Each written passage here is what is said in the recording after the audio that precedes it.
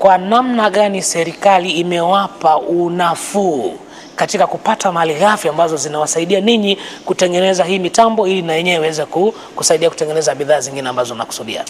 Kwanza nitaka nikueleze changamoto hii. Ndio. Halafu tutaona namna gani ambavyo kunaweza kuwa na unafuu. Ndio. Hii mashine ya kupalilia tumeisanifu kwa kushirikiana na Africa Rice. Taasisi ya kimataifa ambayo inahusiana na huduma za kwenye mashamba ya kilimo cha mpunga. Sawa.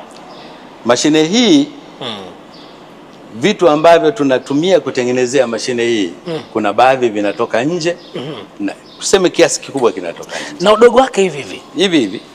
Kwa hiyo engine na gearbox yake na shaft hizi tunazinunua toka nje.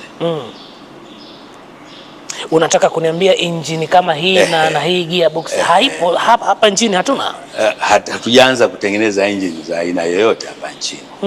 Kwa hiyo hivi vitu vinatoka nje. Kwa hiyo hivi vitu vingine pamoja na lile boya lile, lakini haya mabati haya tumenunua hapa nchini na mabomba.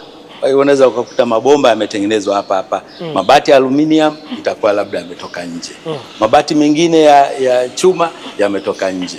Kwa hiyo kuna sehemu kubwa ya vitu hivi ambavyo vinaingia kwenye mkondo wa biashara ya kawaida ambayo sasa serikali haiwezi kuingilia kwa sababu imeishaweka utaratibu.